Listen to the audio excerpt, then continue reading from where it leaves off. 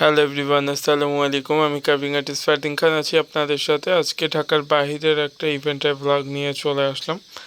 আজকে শরীয়তপুর সদর জাজিরা থেকে, জাজিরা টিএনটির মোড় থেকে বৃষ্টি আপু আমাকে ফোন দিয়ে ওনার ভাইয়ের হলুদের জন্য একটা কার্ভিং প্যাকেজ অর্ডার করে খুবই শর্ট টাইমে আমি এই ইভেন্টের জন্য কার্ভিং করার সময় পাই। টোটাল আমার সময় থাকে টোটাল 18 ঘন্টা, একদিনও পুরানা 24 ঘন্টা আমি পাই না। 18 ঘন্টার ভিতরে ওনার ডেলিভারিটা ছিল।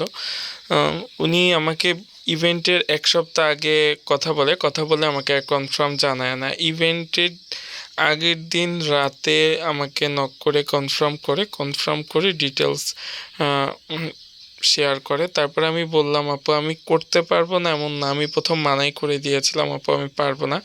অনেক রিকোয়েস্ট করার পরে আমরা বললাম যে ঠিক আছে আপু, আমি চেষ্টা করব। তারপর আমি ছিলাম ঢাকার বাইরে ওই দিন।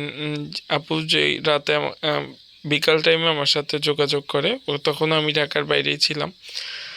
ইভেন্টে গিয়েছিলাম নরসিংদীতে। ওখান থেকে আমি আমার বড় বোনকে ফোন দিই, ওকে আমি লিস্ট পাঠাই বাজার করে আনার জন্য। বাজার আনে, আমি সারা রাত্র কাজ করি, বাসায় এসে শরীর দিচ্ছিল না। জার্নি করে এসে প্রচুর রাশ ছিল ও কাজগুলা করা। আর সেদিন ঢাকাতেও আমার প্রোগ্রাম ছিল, মিরপুরে প্রোগ্রাম ছিল, ধানমন্ডিতে প্রোগ্রাম ছিল, বাড়িধারাতে প্রোগ্রাম ছিল।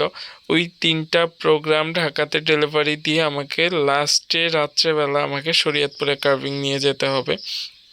আমার বাসার সবাই আমার সাথে রাগারাগি করে, এত রাত করে এত জার্নি করে যাওয়ার কি দরকার ছিল, কিসের জন্য ইভেন্টটা ধরলা। তারপরে আমি বললাম যে একটা কাস্টমার যখন এইভাবে রিকোয়েস্ট করছে, যে বলছে ভাই আপনি না করলে আমার কোনো কিছুই হচ্ছে না, প্লিজ আপনি আমার কথাটা রাখেন। আমার হয়তো ভুল হয়েছিল, আগে থেকে জানানোর কথা ছিল, কিন্তু আমি পারিবারিকভাবে কিছুটা সমস্যার ভিতরে ছিলাম, আমি জানাইতে পারিনি। প্লিজ ভাই আপনি না করেন না। তারপরে আমি ওনার কথা রাখার জন্যই আমি যুদ্ধটা হাতে নিয়েছিলাম আর কি।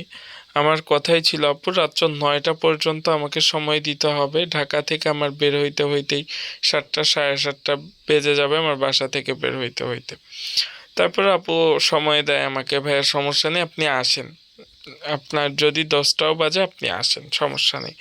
সেইভাবেই আমি কার্ভিংগুলা নিয়ে আমি 7:30টার দিকে বাসা থেকে বের হয়ে সিএনজি নিয়ে আসি যাত্রাবাড়িতে। যাত্রাবাড়ি থেকে 4টা ডালা একা বাসে করে ক্যারি করে আনতে, এগুলা দুইটা দুইটা করে উঠাতো টাফ। বাসটা ভর্তি। সেদিন ছিল বৃহস্পতিবার, মানে শুক্রবারের আগের দিন, রাশ ছিল প্রচুর। তারপর যখন এগুলো আমি কার্ভিংগুলো উঠাচ্ছিলাম, তখনও সব যাত্রীরা দেখতেছিল, এক একজন বলতেছিল নিশ্চয়ই ওনার বাসায় বিয়ে, তার জন্য। আর অনেকেই আমার নিয়মিত ব্লগ যারা দেখেন বা জানেন, আমার হোম টাউন শরীয়তপুর। আর শরীয়তপুরে আমার বাসের বিজনেস আছে। শরীয়তপুর সুপারে আমার নিজের গাড়ি আছে 2টা। তাই ওখানে আমি অবশ্যই একটা হেল্প পাই। সেখান থেকে আমি অনেকটা হেল্প পেয়ে আমি কার্ভিংগুলো নিয়ে 2টা সিট নিয়ে আমি উঠি। তারপরে ঢাকা থেকে বাস ছেড়ে শরীয়তপুরে জাজিরা আসতে পদ্মা সেতুর পরও প্রায় 40 মিনিট সময় লাগে। তারপর আমি বৃষ্টি আপুকে ফোন দিই, বলে ভাইয়া সমস্যা নেই, একেবারে রোডের সাথে বড় গেট সাজানো, ওখানে লোক দাঁড়ানো আছে 3-4 জন আপনাকে রিসিভ করার জন্য। এইভাবে আমরা অনেক কষ্ট করে একটা ইভেন্ট শেষ করি। ওই ব্লগটি আজকে শেয়ার করছি। অবশ্যই কমেন্ট করে জানাবেন আজকে কার্ভিং ডেকোরেশনগুলো কেমন হয়েছে। নতুন ভিডিও দেখার আমন্ত্রণ রইল। আল্লাহ হাফেজ।